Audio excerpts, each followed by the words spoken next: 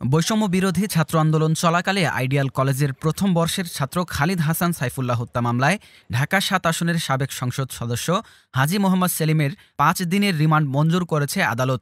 রিমান্ডে নেওয়ার সময় কাঠগড়ায় তাকে অঝরে কাঁদতে দেখা যায়। সোমবার ঢাকার মেট্রোপলিটন ম্যাজিস্ট্রেট আখতারুজ্জামান শুনানি শেষে তার ৫ দিনের রিমান্ড মঞ্জুর করে। আদালতের কাঠগড়ায় তোলার পর তিনি কান্নায় ভেঙে পড়েন।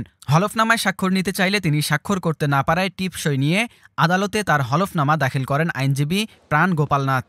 এর আগে রবিবার রাতে রাজধানীর বংশাল থানা এলাকা থেকে তাকে গ্রেফতার করা হয়। পরে সাইফুল্লাহ হত্যার অভিযোগে লালবাগ থানায় মামলায় হাজী মোহাম্মদ সেলিমকে ১০ দিনের রিমান্ডে নিতে আবেদন করা হয়। মামলা সূত্রে জানা যায়, গত ১৮ জুলাই বৈষম্য বিরোধী ছাত্র আন্দোলনের সময় লালবাগের আজিমপুর সরকারি আবাসিক এলাকায় আইডিয়াল কলেজের প্রথম বর্ষের ছাত্র খালিদ হাসান সাইফুল্লাহ গুলিবিদ্ধ হয়ে মারা যান। এ ঘটনায় সাবেক প্রধানমন্ত্রী শেখ হাসিনা সহ ৫২ জনকে আসামি করে নিহতের বাবা কামরুল হাসান ১৯ আগস্ট লালবাগ থানায় হত্যা মামলা দায়ের করেন।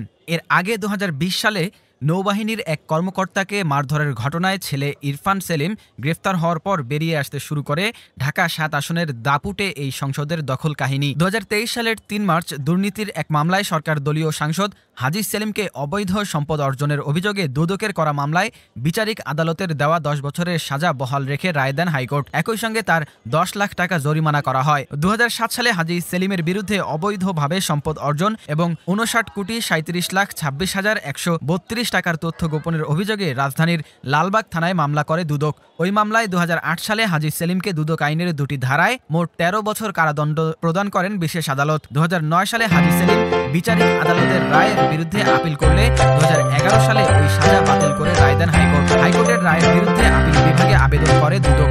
ওই আবেদনের পরিপ্রেক্ষিতে ২০১৫ সালে হাইকোর্টের রায় বাতিল করে পুনরায় শুনানি করতে নির্দেশ দেন আপিল বিভাগ। নির্দেশ অনুযায়ী ২০২০ সালে মামলাটি শুনানির জন্য উদ্যোগ নেয় দুদক। শুনানিতে হাজী সেলিমের মামলার যাবতীয় নথি তলব করেন হাইকোর্ট। ওই নথি পাওয়ার পর ২০২১ সালের ৩১ জানুয়ারি শুরু হয় পুনরায় শুনানি শেষে একই বছরের ৯ মার্চ রায় ঘোষণা করেন হাইকোর্ট।